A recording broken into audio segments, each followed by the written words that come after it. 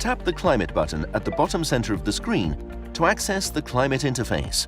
Tap the Air Quality button. The Air Quality interface displays the external AQS level on the left and the internal PM2.5 value on the right-hand side respectively. The vertical bar on the left shows a high to low AQS level from green to red, while the vertical bar on the right shows a low to high PM2.5 value from green to red. Tap the Smart Air button on the Air Quality interface to trigger the Fresh Air function. Once turned on, an icon will appear in the status bar at the top of the interface.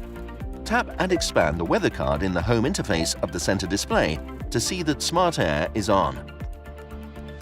Tap the Deodorization button on the Air Quality interface to turn on the quick deodorization function for 3 minutes to improve air quality in the car.